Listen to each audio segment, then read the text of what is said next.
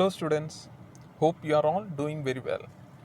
Now, before we start with the quantitative aspects of decision making, it will be worthwhile to spend a little time understanding the concepts behind it, or simply put, the motivation behind decision theory. So, let's start with the fundamental building block, which is the term decision. So, in my words, I would say that decision is choosing the best from the rest. A more formal definition, as given in the PPT, would be selecting the best alternative from a set of available options so as to help the decision maker move towards his desired goal or objective. So, as humans, we make a large number of decisions on a daily basis. Now, some decisions like what to wear for the day or what type of breakfast I should have might not influence your other activities of the day, and therefore such decisions fall under the category of single stage decision making. However, there will be some decisions like deciding how much time to spend on academics, and that decision is going to affect or decide your CGPA, which in turn is going to decide your placement offers, your future prospects, and in all probability, your life itself. So, there are going to be such problems also where the initial decision is going to affect a large number of succeeding decisions or activities. And such problems come under the category of multi-stage decision making. So we will be studying about these two categories in detail, and in fact that will be the backbone of this video lecture. Now, coming back to the definition of decision, we can see that the term best alternative has been marked in red. I just want to bring your attention to that term. See, the best outcome or the best alternative actually depends on the parameter with which you are judging. I'd like to elaborate on that with the help of a simple common example. Suppose you want to go out for lunch and you want to decide on a restaurant.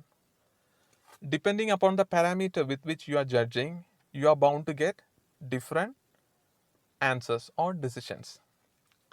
Some of the parameters based on which you might judge are taste of the food served, or the ambience of the restaurant, value for money, ease of access, or the overall popularity of the restaurant. So based on the parameter with which you are judging, you can get different answers, or you might arrive at a different decision. So why is this important? See, in this course, we are going to study decision making from a point of business or industries where a lot of money is being involved. So the major parameters for judgment will be either maximizing the profit or minimizing the cost or loss. So keep this point in mind, because when we solve the problems, this is going to be important. The formulas are going to vary slightly depending upon whether the problem is a profit oriented or whether it is going to be a cost oriented. So just keep this point in mind. Now moving on. So humans have been taking decisions for centuries. Then what is the need for studying decision theory? Or what is its significance? What is the benefit of studying decision theory? Obviously, the answer is going to be nobody wants to make bad decisions, isn't it? So, I'm just giving a few examples to underline the consequences bad decisions can have, and the consequences can be quite disastrous in some cases. The first example is the decision of Greeks to accept the Trojan horse and bring it into their city, which ultimately led to their downfall. The second one is Adam and Eve, the first couple according to Christian belief, eating the forbidden fruit. And this decision actually proved to be disastrous as it led to the birth of sin into the world. And the third, or the most relatable one, would be the decision of Star-Lord to punch Thanos in Infinity War. And it actually was a bad decision, because if he had restrained himself, then the finger snap would never have happened, and we would not have lost Iron Man and Black Widow. It happens sometimes. So, from a business point of view, bad decisions cause loss to the company, and the magnitude of this loss can range from minor to catastrophic, and can even lead to closure of the firm or the industry. So this decision theory actually helps the decision maker to make more logical decisions in a chaotic environment, chaotic or disordered environment. So while it might not be able to give you the best results at all times, it surely does help you to select a more profitable outcome or a less regrettable outcome than what you would have normally chosen without the help of decision theory. So it actually helps you to increase your profits or decrease your losses.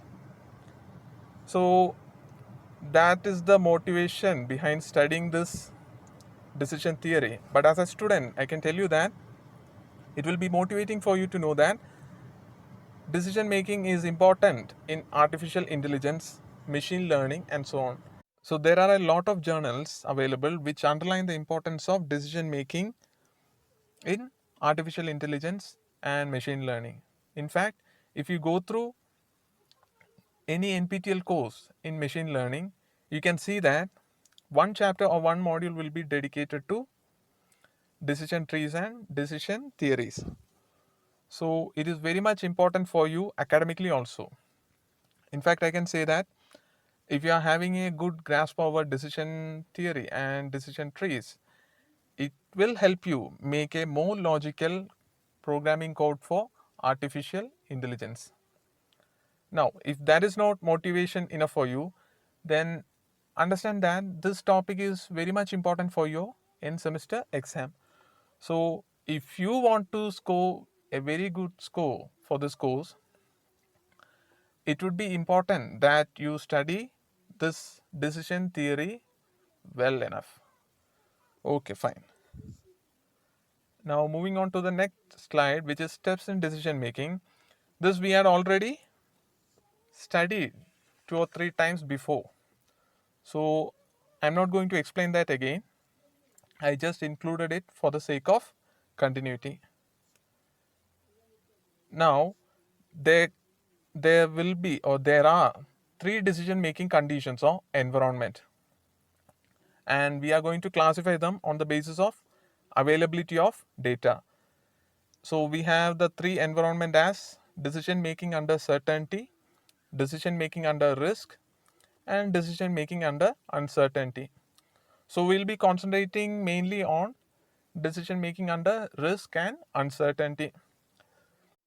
So in decision making under certainty, all the data is available with the decision maker. So there will be no inambiguity. The decision maker knows for certain what is the course of action he should take. But in the case of risk, he does not have all the data. He does have some data so as to assign a probability distribution to the various outcomes. A good example of that would be weather forecast for the next day, or if you have ever booked a railway ticket, then you can see that if your ticket is going to be waitlisted or in RAC, then there will be an option that shows the probability, the chances of getting that ticket into confirmed one. So they might give some probability like 87%, 95, something like that. So if the probability is high, it might motivate you to book the ticket even though it is going to be waitlisted, in the hope that it will get converted into a confirmed ticket. So how are they arriving at that probability? Is that they are going to consider the past data, past history. So that is a typical example of decision making under risk. And uncertainty is the environment in which the decision maker is in the blank. He has no idea, and therefore he has to make some assumptions and move on and take this decision. So the role of assumptions or the human influence is the maximum in decision making under uncertainty.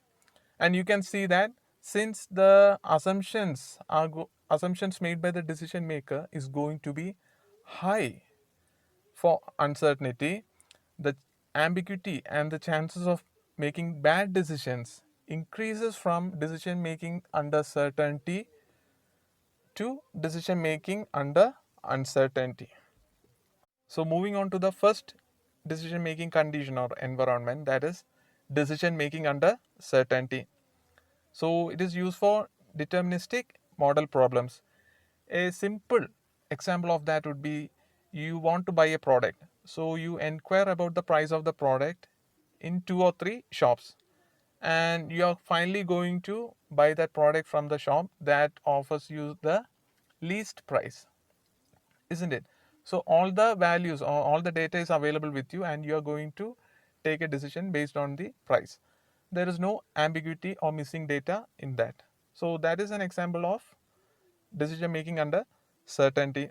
With respect to operations research, a few examples for deterministic models would include linear programming problems, transportation problems. Transportation problems means you have n number of supply points and m number of demand points.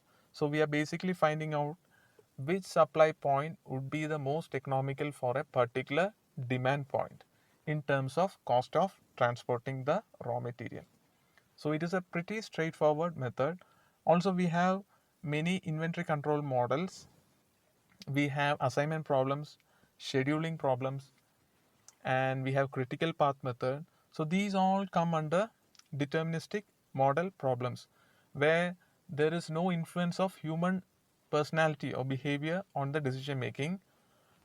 Even if 100 people work on the same problem, they are going to get the same decision, or they are going to arrive at the same decision.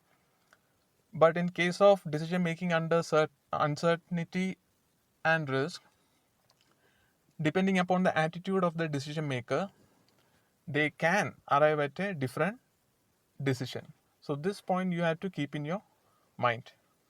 Okay, fine. So this shows critical path method as well as transportation problem. Fine. So we don't have to study these methods in detail. Next, we are moving on to decision making under risk, where we will be concentrating on 3 criterions. The first one is maximum likelihood principle. The second one is expectation principle or EMV criterion. The third one is expected opportunity loss or expected regret. At this point, I just want to draw your attention to 2 important factors. The first point is that it's my humble request that you study all the alternative names or synonyms, because it is quite possible that for the exam the problem might be asked in terms of the synonyms, and you might be knowing the methodology, but failure to recognize the synonym can lead to inability to solve the problem. So kindly study the synonyms. And the second point is that both B and C, they are like the 2 sides of the same coin. Expectation principle actually leads to maximization of profit, which is same as point C, which is reducing the regret or reducing the opportunity loss. So even though the methodology might seem different, the final decision you are going to arrive at is going to be same. That we will see in detail later. So with respect to risk, we will also be concentrating on a few important terms like expected payoff of perfect information and expected value of perfect information. Now notice the small icon I had given on the right side, which is good for health. So whenever you see such icons, understand that that slide or that point is going to be very important. You have to study it no matter what. Fine. The next criteria is, or the next decision making environment is under uncertainty. So we actually have 5 criterions for uncertainty. The first one is Laplace principle or principle of insufficient reason or principle of equal likelihood or criterion of rationality. The second one can be maximin or minimax or pessimist criterion. The third one, the criterion of optimism or maximax or minimin. Herwick's principle or criterion of realism. The final one is Savage principle or minimax regret criterion. So again, please study all the synonyms, all the alternative names. Fine. So the question arises, why do we have so many criteria for decision making under uncertainty as well as risk? So I think you might have an understanding of what the answer is. You can see that as we go from certainty to uncertainty, the amount of available information decreases. So as a result, what happens is that the human influence or the effect of human influence on decision making starts to go up or increases. So in the case of decision making under uncertainty, where no information is available to the decision maker, the decision maker is forced to make more and more assumptions. And that is the reason that many researchers have come up with different criteria depending upon their understanding of the attitude of the decision maker. Some are going to say that the decision maker will be very optimistic and have formulated a certain criteria. Some are going to say that no, the decision maker will be very pessimistic and formulated an appropriate criteria. Some say no, he will be somewhere in between the extreme two and formulated certain criteria. So based on their understanding of human nature of the decision maker, various criteria has been formulated, and that is why we have to study so many criteria, and that is why depending upon each criteria the decision might vary. Okay, fine. So this slide actually, or this topic actually, marks the end of our introduction to decision theory. In the next lecture we will be starting with the single stage decision making problems. So thank you.